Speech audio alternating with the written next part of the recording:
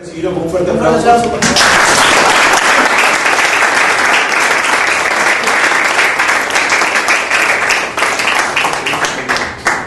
Bueno, muchas gracias. Yo fui candidato al Congreso, ustedes saben.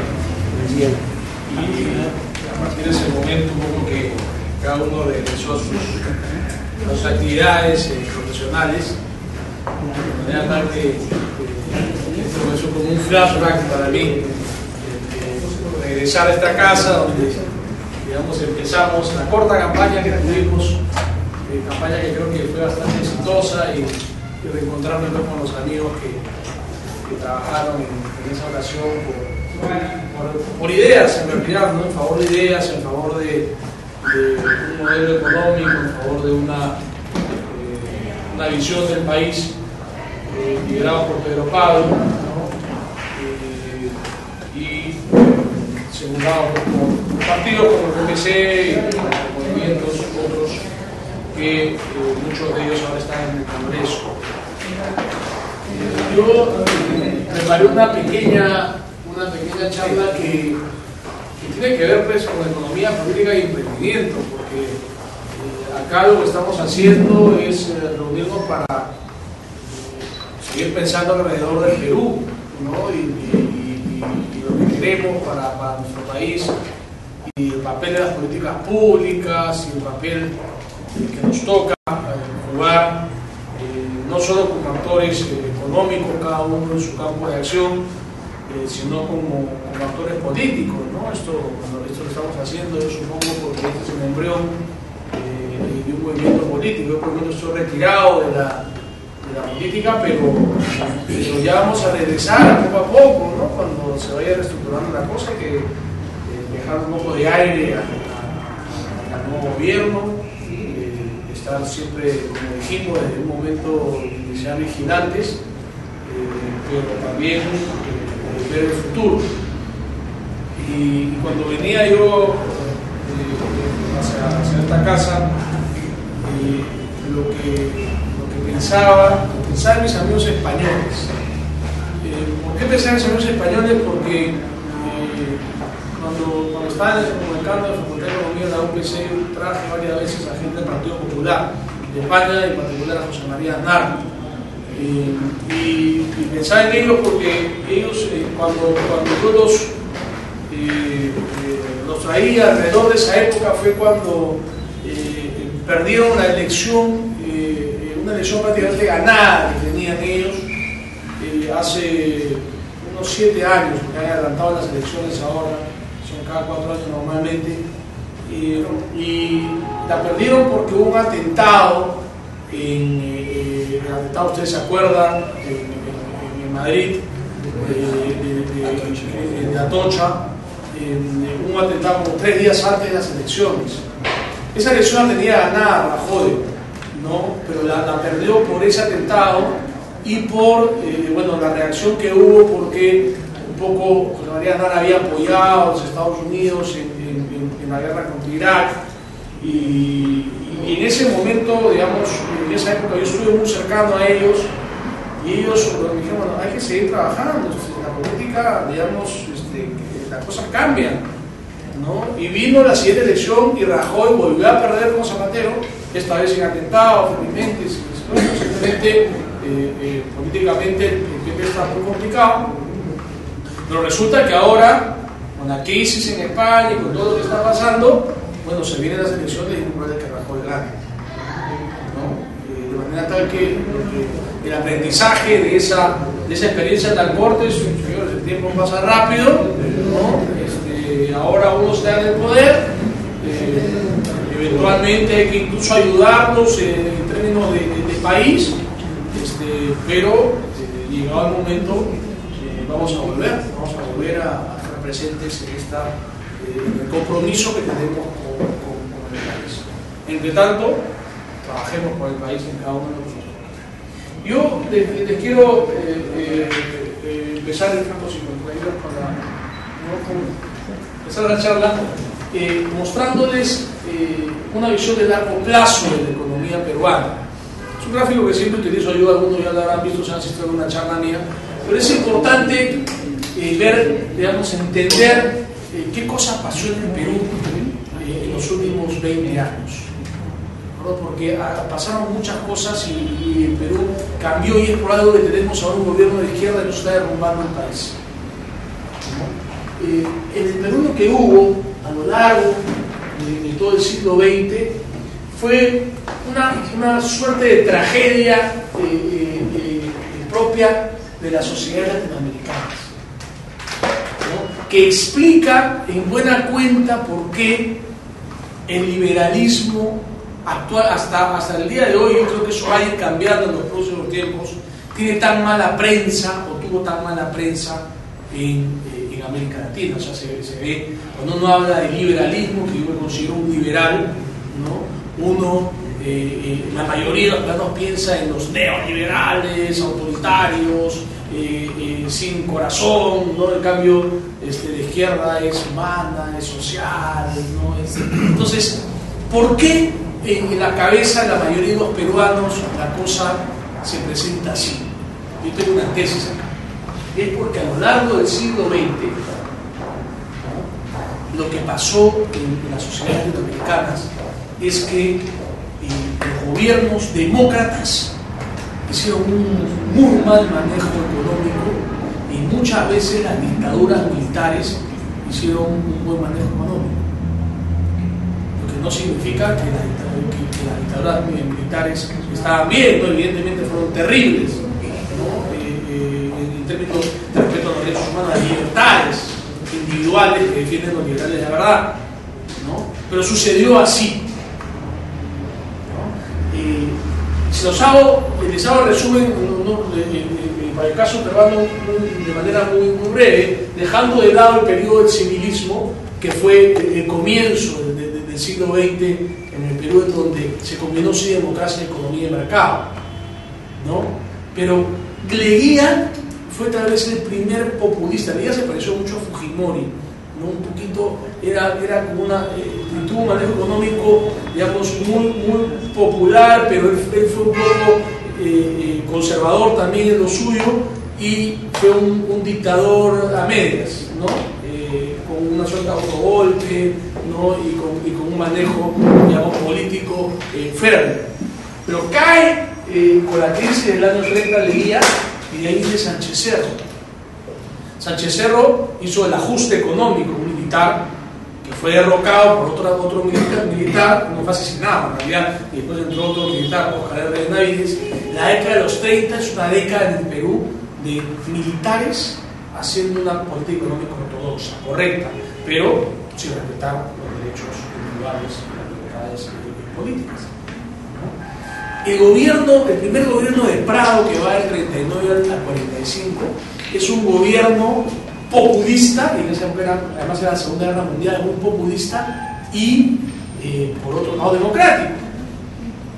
Populismo. Bustamante Rivero es el ícono de la democracia del siglo XX en el Perú, con un pésimo manejo económico. Pésimo manejo económico. Y fue torpedeado por el acta del Congreso, evidentemente, y hubo un golpe de Estado en 48. Podría que fue un militar que gobernó 8 años con una política económica sensata. Un militar que atentó contra los derechos humanos, que tenía muchos abusos, etcétera, etcétera. Una vez más, un militar con políticas económicas ortodoxas. Liberales, si quieren lo económico, pero no en lo político. Entonces, entra en el 56 el segundo gobierno de Prado, y esa fue una excepción. O sea, Prado fue como Alan García en realidad.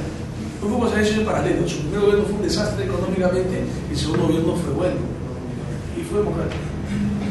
Ese es un pequeño caso de excepción, porque después vino Belaúnde Terry, después que le robaron la elección a la Torre, y un iluminato, no sé si ustedes saben eso en la historia, pero a la Torre le robaron una elección, los militares no lo podían ver, ¿no? Y lo que sucede en los años 60 es que entra Belaúnde Terry en su primer gobierno, democrático, otro ícono de la democracia, pero pésimo manejo económico, ¿no? Populista, que comenzó la reforma agraria, hasta que se acaba a eso en el 68 con Velasco Alvarado, y nos tocó un Hugo Chávez anticipado, digamos. No tan patán como Hugo Chávez, pero sí el peor de los mundos. El mundo de la represión económica y de la represión política. ¿Qué cosa es la represión económica? Es cuando el Estado toma, expropia, primero expulsa a los empresarios del agro. La reforma agraria fue un gran error económico y político que tuvo sus causas sociales, todo lo que quieran, pero destruyó el agro en el Perú. Hubo una estatización de todas las mineras, de todas las pesqueras, de todas las mineras han usado también de todas las pesqueras, de los supermarkets, Minero Perú, Metro Perú, Pesca Perú, todo era, digamos, Perú, y era el Estado. El Estado son burócratas, son personas de carne y hueso que toman cargos ejecutivos que nunca en su vida hubieran pensado tener. Entonces, corrupción, ineficiencia, saqueo del Estado. Eso fue lo que pasó. Ahí se sentaron las bases, ¿no?, de las dos peores décadas que ha tenido la historia económica del Perú. Fue la década del 70 y la década del 80. Yo ya había nacido en ese momento. Pero entonces, en un gráfico de PBI per cápita, que es este, y miren lo que pasó. O sea, miren lo que pasó en los 70s y los 80. Se cayó la economía. En un debate político con Javier Díaz Canseco yo mostré esto y digo, sí, pero no, se cayó la economía con el socialismo en Perú. Fue el chavismo antes de Chávez. Porque el modelo era exactamente expropiese, control de precios, o sea, un manejo económico desastroso y un manejo político dictatorial. El peor de los modelos. Ahí se sentaron las bases de lo que pasó en la década de los 80, porque, bueno, la Constitución del 79, es una Constitución que nace en un golpe militar, no sé por qué algunos piensan que la Constitución del 79 es más democrática que la del 93, exactamente igual en términos democráticos, ¿no? La diferencia es que una es mejor que la otra en su texto, ¿no? Desde mi punto de vista, la del 93, la dos surge en una dictadura, como quieran llamar, una tontería, una Constitución que viene propuesta por un régimen militar, como ha sido una constituyente igual que la otra. En fin, entonces lo que sucede es que en la década de los 80 tenemos el segundo velaundismo, una vez más democracia con populismo, con mala política económica. Alan García, number one, fue el peor gobierno de la historia del Perú, ¿no?, con populismo y una situación democrática, no se puede entrar pero el país se caía a pedazos, ¿no? Entonces llegó Fujimori con una agenda también de izquierda, ¿no? Y Fujimori tenía pues en su equipo económico creo que a Pulone o a Cura, lo mismo, el mismo equipo económico para ganar las elecciones.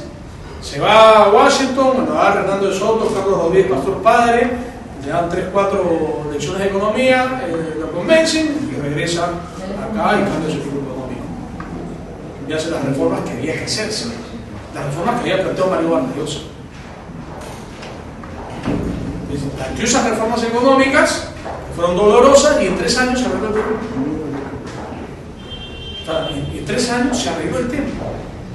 Hay que reconocer ahí el mérito de Fujimori, a pesar de que después hizo la barbaridad que hizo y hay que condenar lo que hizo después, pero lo uno no invadía lo otro, o sea, hay que reconocer. ¿Pero qué pasó?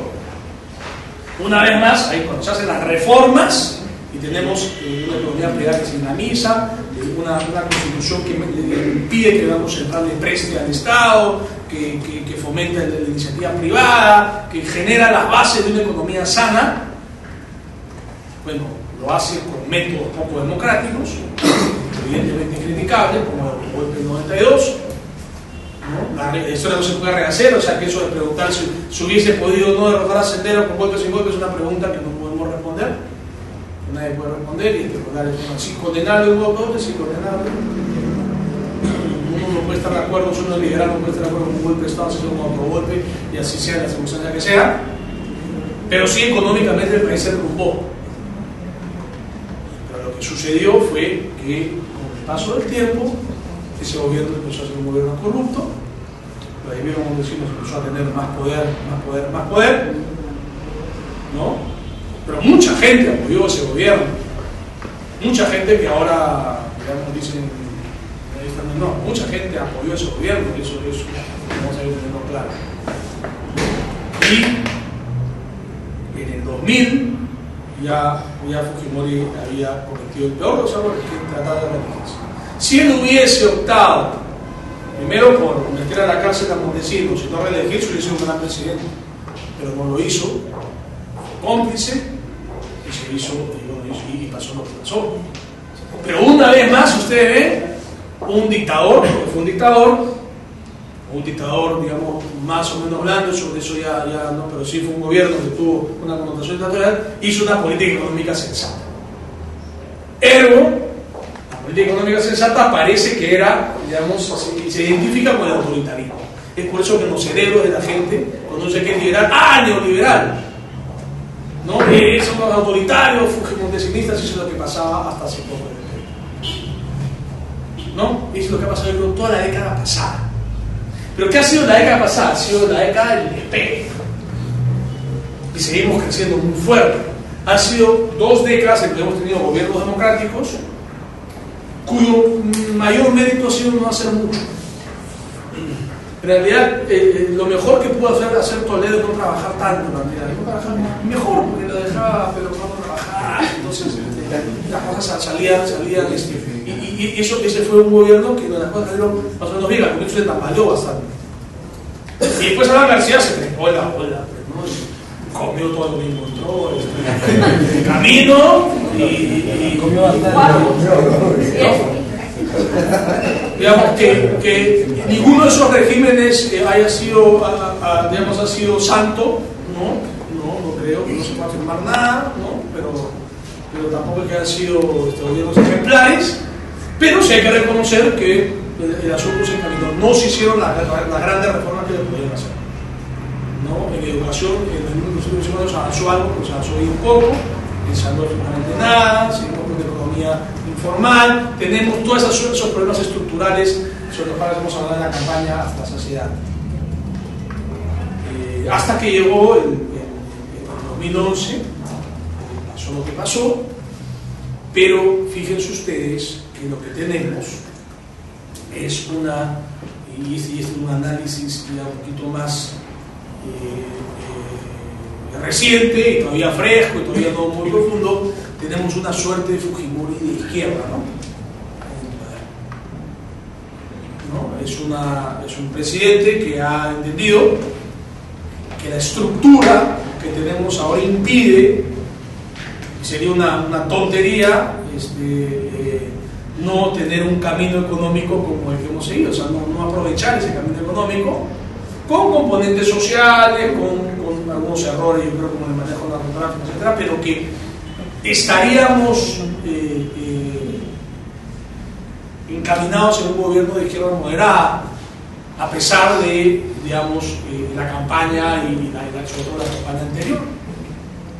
Y eso, bueno, felizmente que digamos, ahora, no esperemos grandes reformas, yo sí creo que lo que tenemos en este momento es un gobierno que, digamos, está haciendo las cosas mucho mejor de lo que nosotros hubiésemos pensado, pero yo no creo que haya, digamos, una voluntad o una capacidad de hacer reformas importantes, ¿no? En todo caso, para hacerlo tendría que llamar técnicos que no llaman, que no están alrededor, ¿no? Pero bueno, en eso estamos. El crecimiento de este año va a ser un 6-7%, podríamos crecer mucho más, pero ojalá que eso se confirme. Todavía no tenemos nosotros ninguna garantía de que las cosas cambien, ¿no? Digamos, mucha gente dice Hugo Chávez los 2 primeros años fue como un santo, igual Correa. Bueno, hay que estar atentos. No creo que, para bien o para mal, la prensa tiene un gran poder ahora en el Perú. Creo que tenemos una estructura. Entonces, ese es un poco el resumen de hacia dónde estamos yendo, ¿no? Entonces, ¿qué significa eso en términos conceptuales para tenerlo más o menos claro, ¿no? Nosotros, yo le diría un cuadrante para tener una idea de la doctrina, ¿no? La libertad económica, más o menos libertad económica, y la libertad política. O sea, eso de izquierda a derecha, ya yo creo que es obsoleto, o sea, no define bien, para situarnos en un campo, digamos, ideológico, si quiero, doctrinario. El peor de los mundos es cuando no hay libertad económica y no hay libertad política. O sea, es el autoritarismo. Es el peor de los mundos. Es Cuba. Es un poco Irán, Corea del Norte, donde uno no tiene libertad individual, tampoco tiene libertad económica y el país no progresa. ¿De acuerdo? La socialdemocracia es populismo, ¿no? Y democracia. Aunque cada vez más esta socialdemocracia es más sensata, eso es lo bueno. Es de izquierda moderada. ¿De acuerdo? El neoliberalismo efectivamente es un término que yo no aceptaba hace un tiempo, pero el neoliberalismo es, desde mi punto de vista, es el autoritarismo político con libertad económica, ¿no? Pinochet, Fujimori, Odría, tantos otros dictadores, digamos, que hicieron bien las cosas de economía, pero reprimían los derechos humanos, y eso es condenable.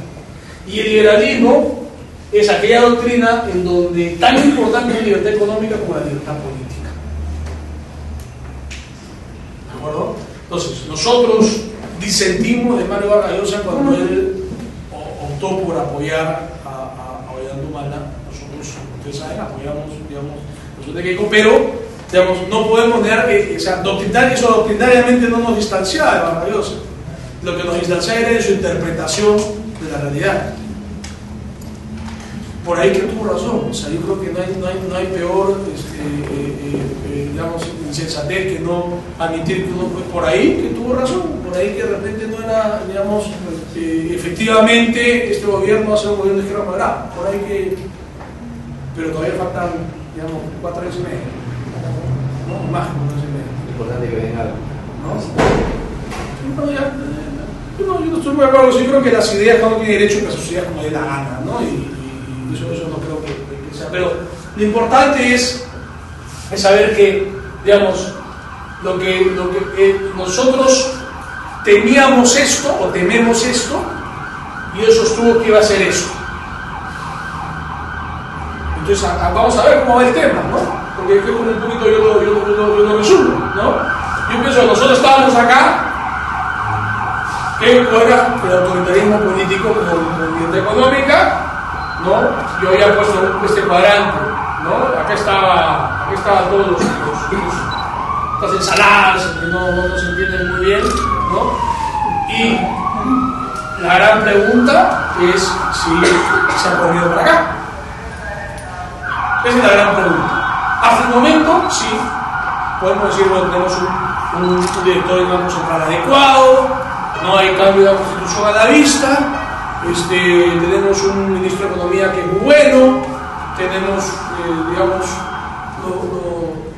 los fundamentos respetamos, ¿no? Entonces, vamos a ver cómo funciona. Entonces, en este contexto, ¿qué cosa es lo que genera valor? Y con eso ya voy combinando para entrar a preguntas. ¿Qué cosa es lo que genera valor entonces en esta organización? ¿Qué es lo que tenemos que hacer? Lo que tenemos que hacer es, digamos, trabajar para que se siga generando riqueza del sector privado. Y trabajar para que se entienda que la riqueza se genera con la actividad empresarial.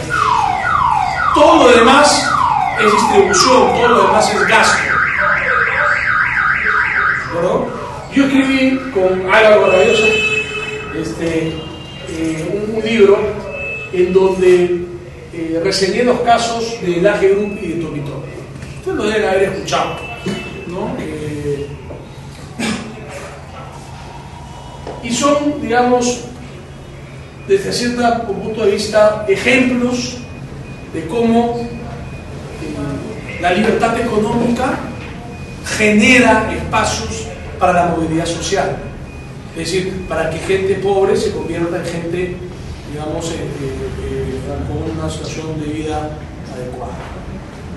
El Grupo Añaños, como ustedes saben, empezó trabajando en Ayacucho, ¿no? Cuando los camiones de Coca-Cola y Coca-Cola no llegaban, empezaron, y entonces ya no había gaseosas, entonces hicieron la fórmula de la gaseosa, de Cola Real, y empezaron a envasarlas en botellas de cerveza, la distribuyeron, y así empezó la aventura. Y ahora es un grupo, en realidad son dos grupos, porque están divididos, está AG Group y está Cola Real de otro lado, los hermanos se separaron en dado momento, pero es un grupo de más de $1.000 millones de facturación. O sea, ya es un grupo internacional, o sea, Big Cola y Tailandia, en Asia, o sea, es una aventura increíble. Entonces, y Topitope es mucho más aleccionador. Yo he visto a Aquilino Flores, que es el héroe de esta empresa, que era un chico que lavaba autos en el mercado central a fines de los 60. Y uno de sus clientes le dio algunos polos para que venda, porque lo vio mosca al chiquillo, y el chiquillo vendió muy rápido.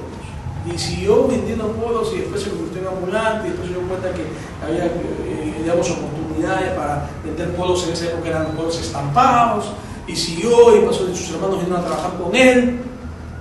Y ahora Topitope es la principal empresa, o una de las principales empresas exportadoras textiles de confecciones en el Perú, y tiene su retail, ¿no? Y de Aquilino ustedes van a su fábrica y él tiene su escritorio ahí tranquilo, se nos ven caminando por la calle y es una persona totalmente normal, un millonario, ¿no?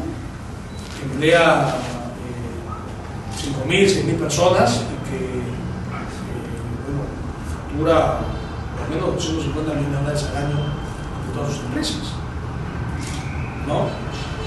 Cuando yo debatí con Javier Despaseco una vez más, me venía a la mente, yo quiero más Aquilino Flores, sí, pero ganan el sueldo mínimo. Sí, pero ganan el sueldo mínimo, mucha gente gana el sueldo mínimo y mejor ganar el sueldo mínimo que no ganen nada, ¿no? O sea, es un poco, digamos, el desarrollo se va haciendo de esa manera, ¿no? En fin. Pero los tratan mejor que muchos textileros, ¿no? Muy bien, no, sí. O sea, yo estaba en la fábrica, tú ves, eso es un empleo digno, es un empleo digno. Evidentemente nos gustaría que el sueldo mínimo sea más alto, pero si no se puede, no se puede, y hay que llevar para adelante.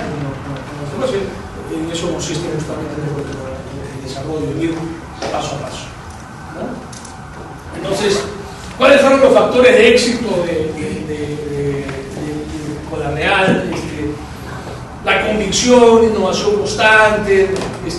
Ellos fueron a lo que Praja Dato fueron, que es bueno, murió Praja Dato, era una intelectual de la administración, a la base de la pirámide. Es decir, ellos no fueron al mercado a competir con Coca-Cola y Coca-Cola, no, ellos compiten, o sea, generaron un producto para aquel segmento que no tenía acceso a gaseosas, porque era muy caro, ¿no? Era un producto barato, ¿no?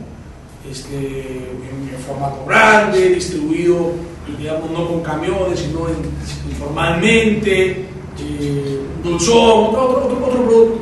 Entonces, ¿cuáles son los negocios para la base de la pirámide? Es crear un mercado ahí donde no hay mercado, es crear una demanda ahí donde no había demanda,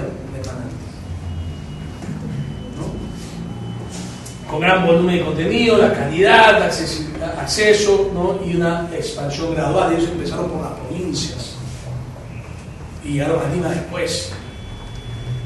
Entonces ellos siempre están apuntando a ese 15% del mercado, que es gente con poco dinero, pero que quiere ser. Y esa es la clave del desarrollo económico del Perú ahora. ¿Por qué está creciendo la provincia más que Lima desde hace, por primera vez desde hace un siglo? Porque se están abriendo mercados, los centros comerciales se van creando y se va creando demanda, ¿no? Y se va creando en esa misma dinámica oferta, digamos, que crea su propia demanda, que genera empleo. Entonces, esa dinámica económica es la que queremos, que está basada en el emprendimiento desde abajo, en el emprendimiento desde arriba. Todo es emprendimiento en el fondo, ¿no? Unos que vienen e invierten de afuera, otros que empiezan desde abajo, ¿no? Bueno, eso ya es la historia que ya la conté, ¿no? Y esta es la historia de Aquilino, ¿no? Que ahora le vende pues, a marcas de primer nivel, ¿no? Como Gap, como Navy, ¿no? O sea, tiene también, digamos, ciertos factores de éxito. En los dos casos, empresas familiares, es muy curioso, empresas familiares de muchos hermanos, ¿no? En unos casos se pelearon, en este caso creo que no es el caso, pero importante ver cómo de ser informales se llegan a formalizar exportando y llegan a tener éxito, digamos, gracias a esta capacidad. Estos casos de éxito pues invalidan todas esas teorías que nos decían que era imposible el desarrollo desde abajo, con libertad económica, ¿no? Que decían que había que proteger, que había que cerrar la economía. Eso no funciona, ¿no? Para sacar una empresa adelante hay que tener la presión de la competencia, hay que tener digamos, mucha presión y también libertad de acción, ¿no? Esas son las dos premisas, ¿eh? La competitividad es el conjunto, ¿no? de esas dos sistemas. Primero ser presionado por la competencia, pero también tener la libertad, ¿no? De innovar, de importar insumos y de solicitar créditos y todo eso para poder afrontar esa competencia. Este es, bueno, ya el siguiente paso que di es entender el emprendimiento realmente desde abajo. Y escribí un par de libritos que se lo menos todos héroes peruanos, reseñando historias de gente que no es millonaria ahora, ¿no? Pero ya tiene un nivel económico adecuado y empezaron realmente de cero. Y las historias de los héroes peruanos resumen un poco eso, ¿no? La historia de la señora Yolanda, la reina del choco de la parada, se molestó conmigo porque le levanté más el perfil y estaba temiendo por su seguridad. Pero bueno, la señora empezó de cero, y ahora es mayorista de chocos, se queda muy bien, ¿no? Esta señora del Callao de Ventanilla, una dama que era maltratada por su esposo le pegaba, y cuando le fue al esposo, empezó también de cero y ahora tiene una bodega grande, una panadería grande, le va muy bien, se volvió a casar y su esposo tiene una empresa de transporte, ¿no? Entonces todos estos son casos como estos de Gamarra o de los maniquís, son casos de gente que está ligada a un nuevo fenómeno del cual estoy muy por el cual soy muy atraído, ¿no? Es el de las microfinanzas, ¿no?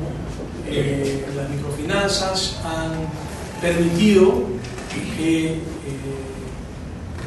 tengan acceso a créditos informales a través de un mecanismo nuevo de evaluación del crédito. Es un poco lo que analizo también en el libro, ¿no? O sea, cómo en los países subdesarrollados, no solo en Perú y en América Latina, sino en Bangladesh, está Yunus, ¿no? y en la India, surgen estas ONGs y después entidades financieras que dan microcréditos, ¿no? que prestan a montos muy pequeños, a tasas que tienen que ser más elevadas porque el costo de evaluar es muy fuerte, no contra garantías digamos, inmobiliarias, sino evaluando la capacidad de pago y la voluntad de pago de cada uno de los clientes. De manera tal que se crea una nueva institución, ¿no? Y se va bancarizando, que son las microfinanzas, se va bancarizando la gente de abajo, ¿no? Entonces ese es un tema interesante, ¿no? Porque eso demuestra que lo que decía Hernando Soto, que el Estado tenía que dar títulos de propiedad para que la gente tenga acceso al crédito. Eso fue una buena intención que falló. ¿no? ¿Qué cosa es lo que hizo las microfinanzas? El mercado y el emprendimiento generaron pequeños negocios con flujo de caja positivo, ¿no? ONGs de izquierda y de derecha, de los dos lados, se dieron cuenta que digamos, había ahí una posibilidad digamos, de hacer un win-win, ¿no? Hacer crédito e inclusión, ¿no? Sobre la base de mecanismos de mercado. Acá no hay caridad, acá no hay donaciones, no, es business, negocio.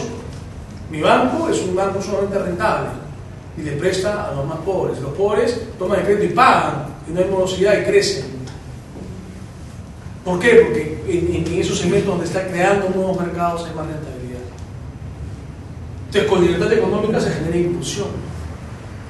Eso que el Estado es el que genera impulsión, no, la impulsión la genera el mercado. No me lo vaya a explicar un ministro eso ahora, ¿no? El político dice, no, el Estado, nosotros, no. Lo mejor que puede hacer el Estado para incluir es fomentar el mercado. Es lo mejor que puede hacer, ¿no? Y es un fenómeno masivo y exitoso. O sea, hay como 3 millones y medio peruanos que están incluidos por el mundo. Es un poco entonces el liberalismo no es tan malo, ¿no? O sea, pero hay que respetar las instituciones políticas y al final el emprendimiento y la libertad económica es lo que genera la inclusión. Eso es, yo digamos, un poquito forzado el empezar con una visión política para después darle la vuelta y decir, señores, en ese marco político de libertad, ¿no? En donde no solo la economía es importante, ¿no? Porque también la dignidad, la libertad individual de expresarse es importante. La mejor manera de incluir a la gente es dejar de emprender y fomentar, digamos, el emprendimiento. Es un poco lo que les había preparado, digamos, algo que había puesto aquí hace un poquito. Quedo abierto a sus preguntas y comentarios. Creo que también hay preguntas y comentarios que se pueden hacer por la web, por Facebook, por estas tecnologías nuevas que nos trae Violeta y su equipo. Sí. Estoy revisando, pero tengo que actualizarlo más. Sí, yo me he retirado del terreno de juego. Estoy lesionado. No, pero estoy pagando las facturas de la campaña todavía. Pero siempre hay gente que puede apoyarte, ¿no? O sea, una u otra forma, cuestión de decidir nada más. Emprendimiento. No, sí, pues eso es cuando. Emprendimiento político, ese es tú. Sí. Porque en realidad, en el caso mío, yo te conocí cuando pusiste pues un aviso en el comercio gigante. Te mandé con todo, ¿no? Sí, y te felicito porque pusiste, como decir, tuviste que tomar acciones en ese momento, pues porque todos no querían tomar acciones, ¿no? Yo lo analicé, pero después como ya que como te vi en ese aviso grande, ahora te quiero ver en Facebook y no está, pues. Digo, ¿qué pasa, no? O sea, yo quiero eso que muchas personas, para que en el caso mío, inclusive yo voté por ti, ¿no? Para congresista. Muchas gracias. Y muchos jóvenes. No, me hace bien escucharlos, pero yo sí yo quiero contar una cosa pequeña a los jóvenes de 18 años que estudian, son tus alumnos, que ellos me dijeron antes, mi profesor está postulando, pues. Sí, lo conozco, ha sacado su aviso grandazo. Pero está bien eso porque, aunque no creas, a todos nos impactó un domingo temprano, ¿no? Y para felicitaciones, ¿no? Quieras parte de ingresar, ¿no? Un buen ingreso, ¿no? Quizás no ganó el Congreso, pero ha ganado cuántos seguidores de economía, ¿no? Jóvenes de 18 años que te ven un ejemplo, ¿no? Para que felicitaciones, nunca realiza un día lo voy a conocer a alguien. Para que y ahora que se ve en Facebook ya. Estoy ahí, sí, pero hace 2 meses creo que una pregunta. Con respecto a la comunidad, miren, yo veo que Perú tiene más potencial turístico que Chile, que Argentina, Brasil, pero si no estos países recaudan más turistas, acoge mayor cantidad de turistas que Perú. Pues yo quisiera saber qué se puede hacer o qué es lo que pasa para que Perú pueda adquirir un nivel en todo lo que es la empresa turística, porque se está perdiendo dinero ahí. No se puede, veo que por ejemplo en Brasil, hasta el mismo Argentina hace resort como hay en el Caribe, van turistas a esos resort, en playas o mares gélidos. Perú tenemos Máncora, tenemos Punta Sal, tenemos la selva para explotar, para hacer ecoturismo, pero no se hace nada. Entonces, mi pregunta es, ¿qué se puede hacer para explotar toda esta área, este sector? Bueno, yo creo que el gobierno tiene que darle más importancia presupuestal y más recursos a ProPerú, ¿no? Si uno ve los presupuestos que tienen en Colombia, en mismo Chile, las entidades de promoción de turismo, uno entiende, digamos, la diferencia con Perú. Ahí hay todo un tema de promoción económica que el Estado no ha sabido implementar. Y esa es una herencia de los 90. En el 90 hicieron correctivos interesantes, pero toda la parte de promoción económica quedó huérfana. Y entre el 2000 y el 2011, digamos, ha pasado lo mismo. O sea, no ha habido gente en el Estado con suficiente conocimiento del sector privado. Lo más cercano que tuvimos fueron los que hicieron las privatizaciones en los 90. Pero después, en el Estado ha habido funcionarios competentes de manera muy puntual, de manera muy macro, pero no de manera a nivel micro. Y para eso necesitan funcionarios que estén en capacidad de saber entender la economía privada y cómo funciona la economía privada. Y para eso tienes que dedicarle recursos a esas entidades. Por ejemplo, o sea, estoy hablando de ProPerú, estoy hablando de COFIDE. Yo me he cansado de ir al presidente de COFIDE y decirle, mira lo que hace Corfo en Chile, ¿por qué tú no haces lo mismo? Después, la respuesta siempre ha sido, o sea, no es parte de la agenda política, no sé, pero sí hay una falta de capacidad de promover en el Estado en los mercados, en el mercado turístico entre ellos. ¿Quiénes se encargan? Los privados, Gastón Acurio y su combo, que están haciendo muy bien, ¿no? Pero el Estado hace muy poco y debería hacer mucho más. En el sentido de política fiscal para incentivar la formalización de la microempresa, ¿cuáles crees tú que deberían ser las acciones del Estado para poder incrementar la recaudación y el correcto gasto fiscal? Yo soy, un partidario que se reduzcan los impuestos, ¿no? O sea, que el IGB vaya reduciéndose, que se reduzca, sobre todo las cargas laborales. Yo creo que la informalidad tiene varios aspectos.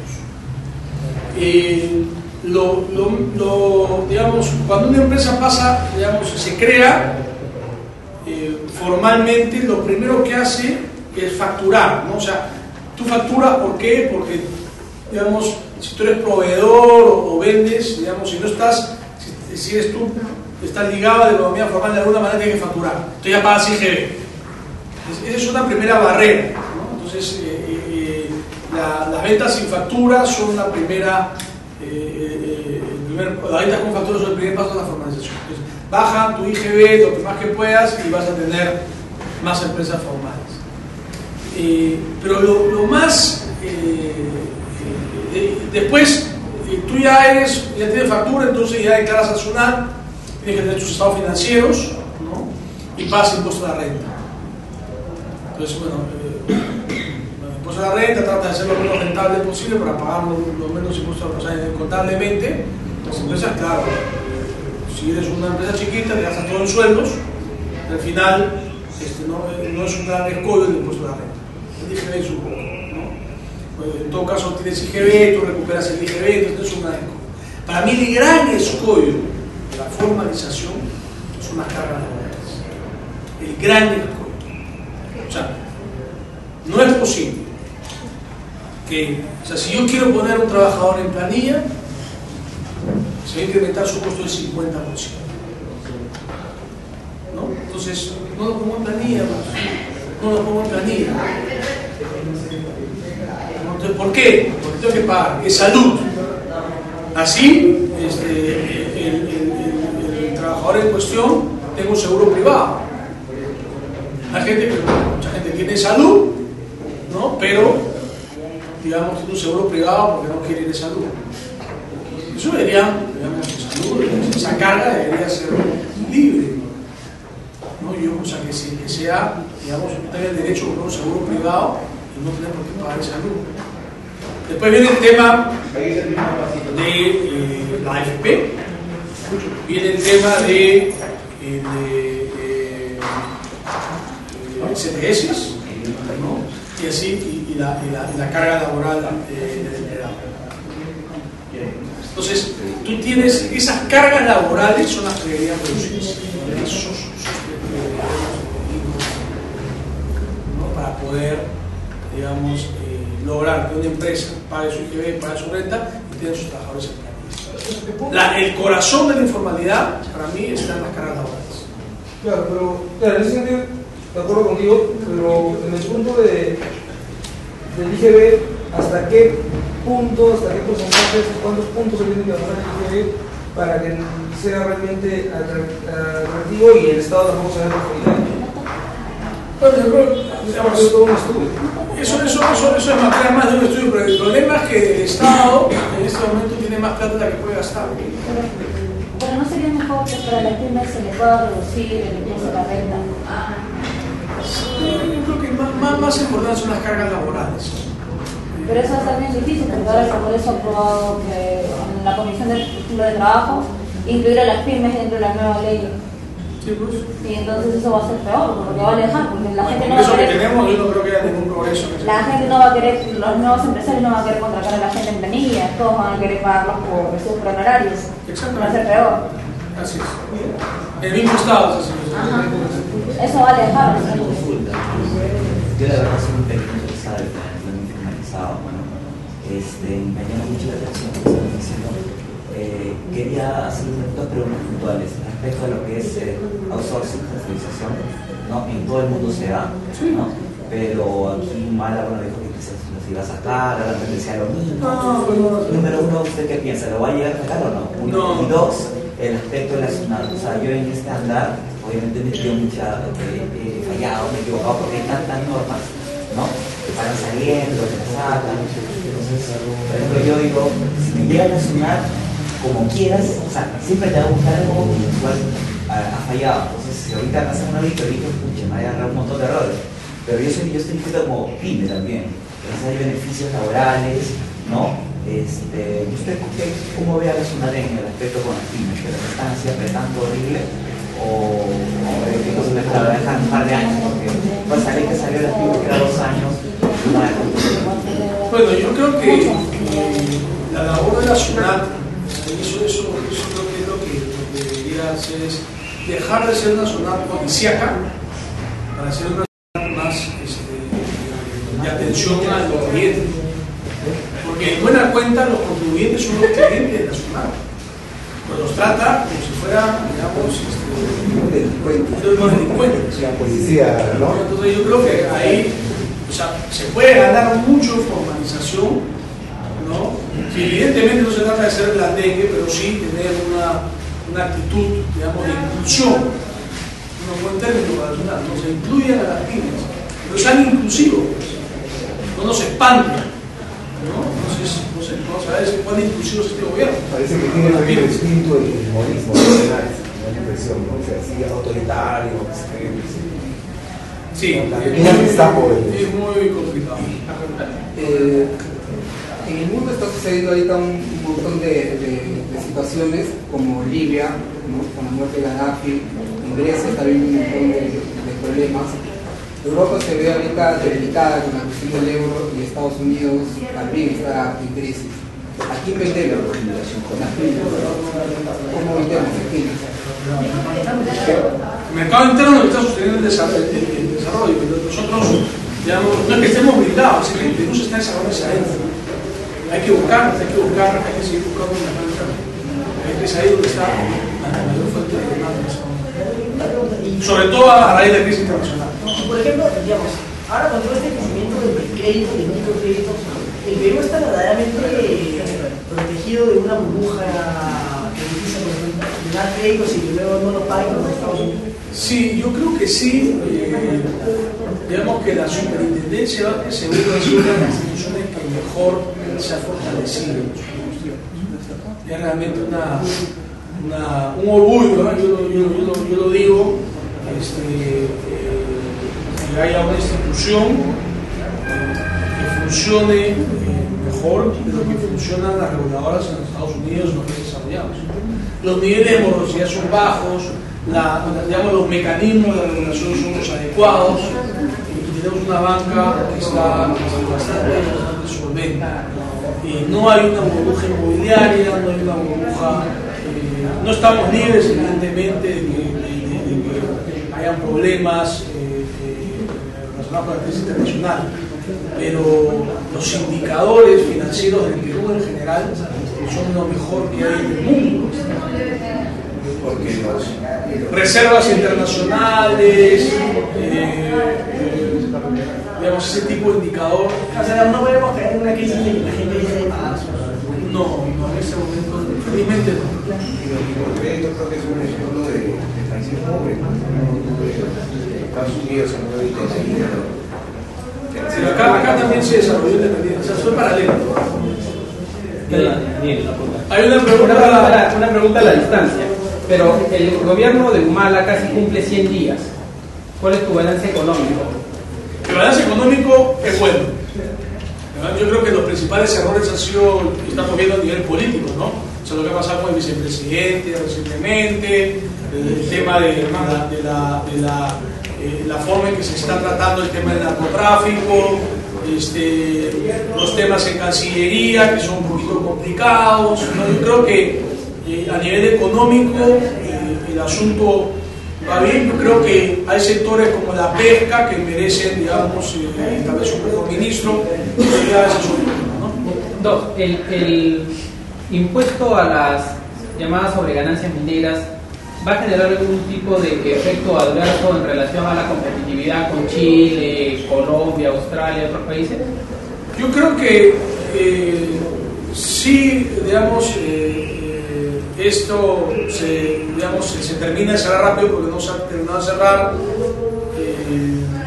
va a tener un efecto marginal, ¿no?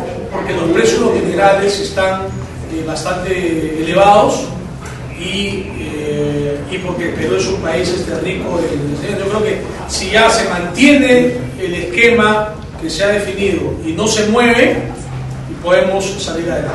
Ya, y la tercera. Hay quienes creen que la economía de China va a sufrir un revés a partir del 2012. Para economías como la peruana, que tienen sus ingresos importantemente dependen de la minería, ¿qué se espera que pase en los siguientes años? Yo no creo que el Perú dependa de la minería en términos de crecimiento económico en el corto plazo.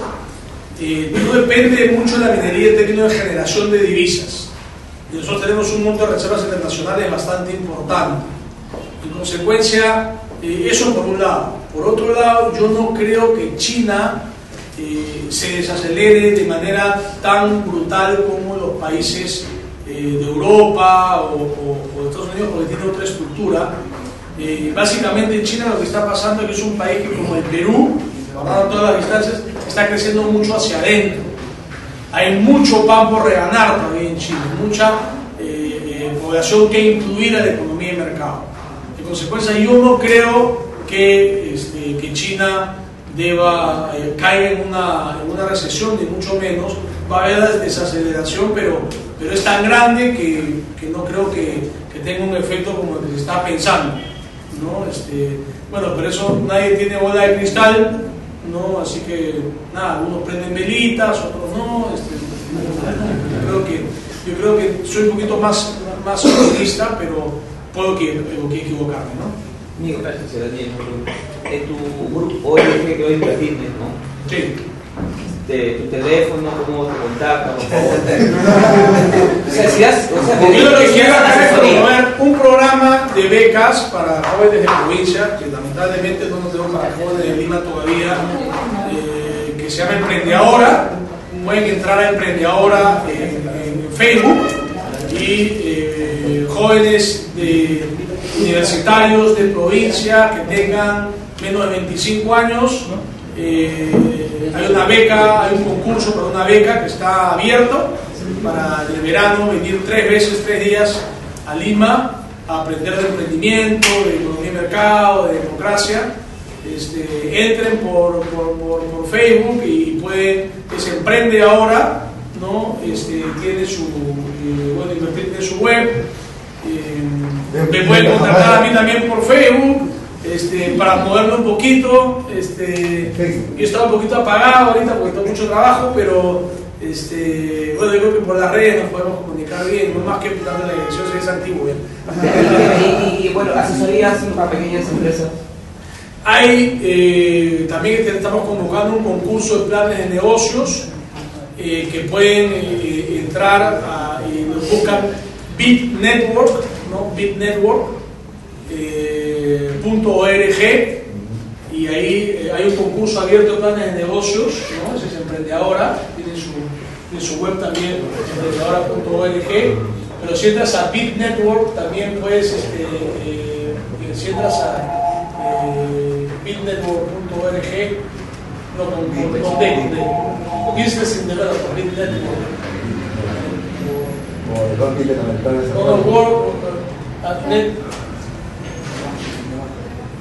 Perú.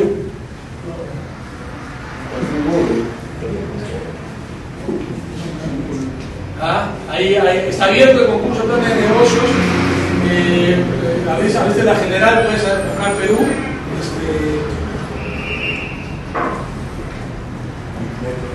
Ahí está Perú. Perú. Ahí está.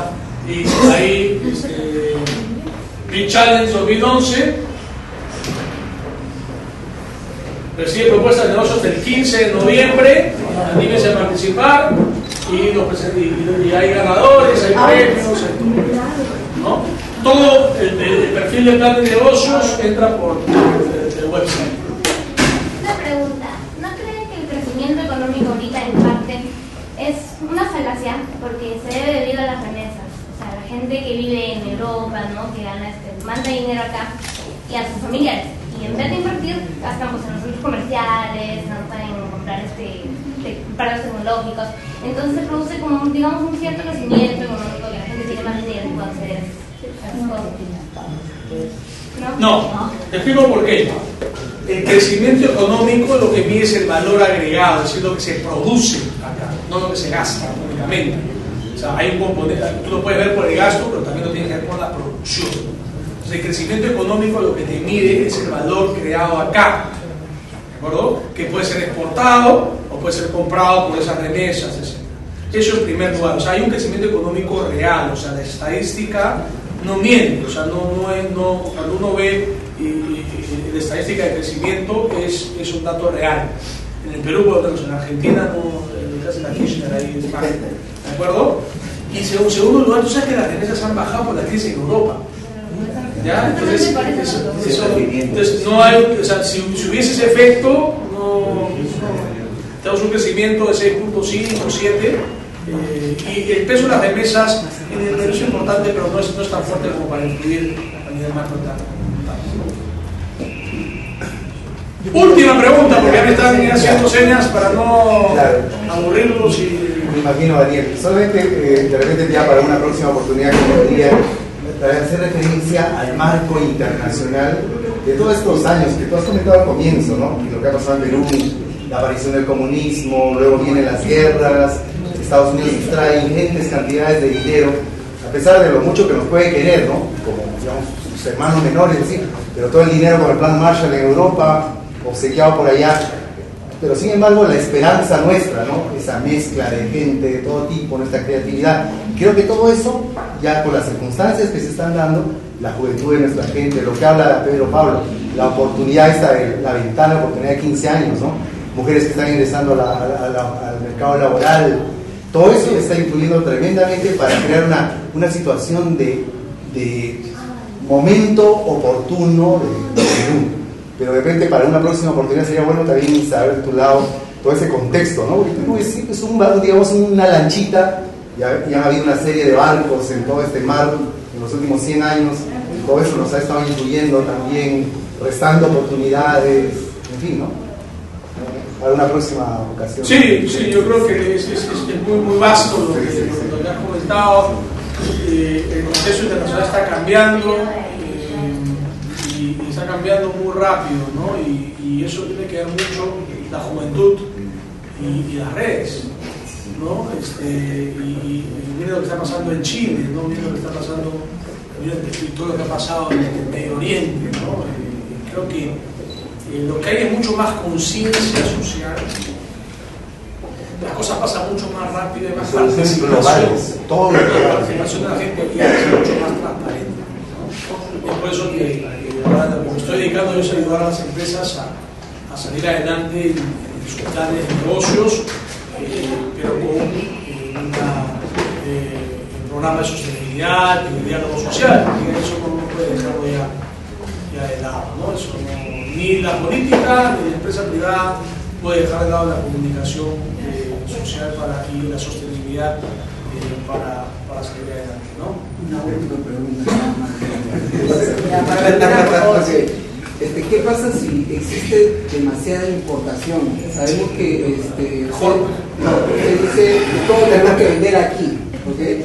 ¿Está viendo ahorita? No, yo no estoy diciendo eso. El mercado interno es una gran oportunidad, pero hay que vender al mundo, al Perú, a donde tengas encuentres tu mercado.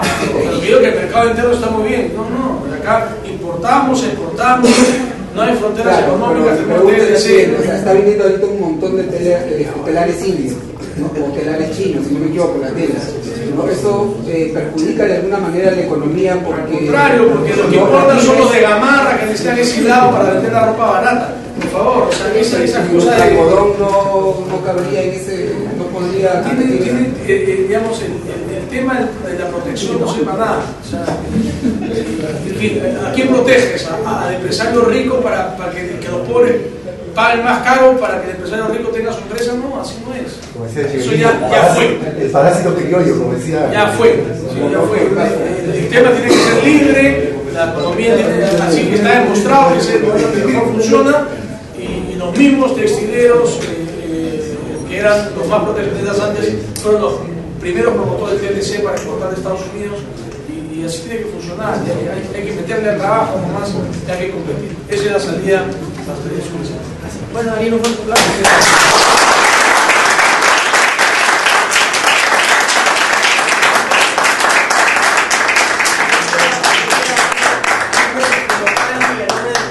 Y de lo que me causa, agradecerte por haber estado aquí en este segundo conversatorio que tenemos, primero después de Pedro Pablo, que estuve aquí hace 2 semanas, y agradecerte y estás en mi casa. Nada, sigan para adelante.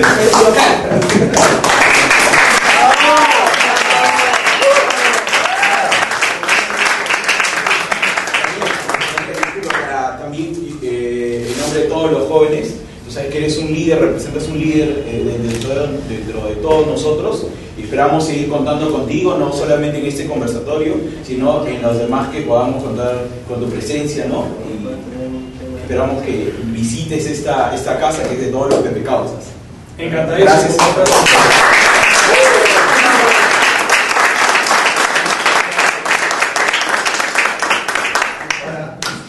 Sección fotos.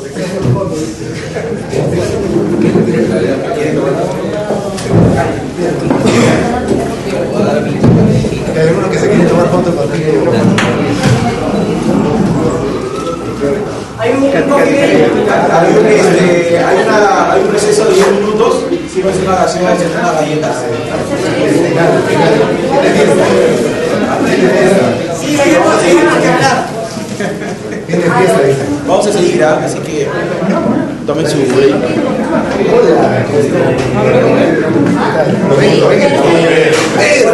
Agrégame en Facebook para acordar. ¿Qué tal? Ha dicho.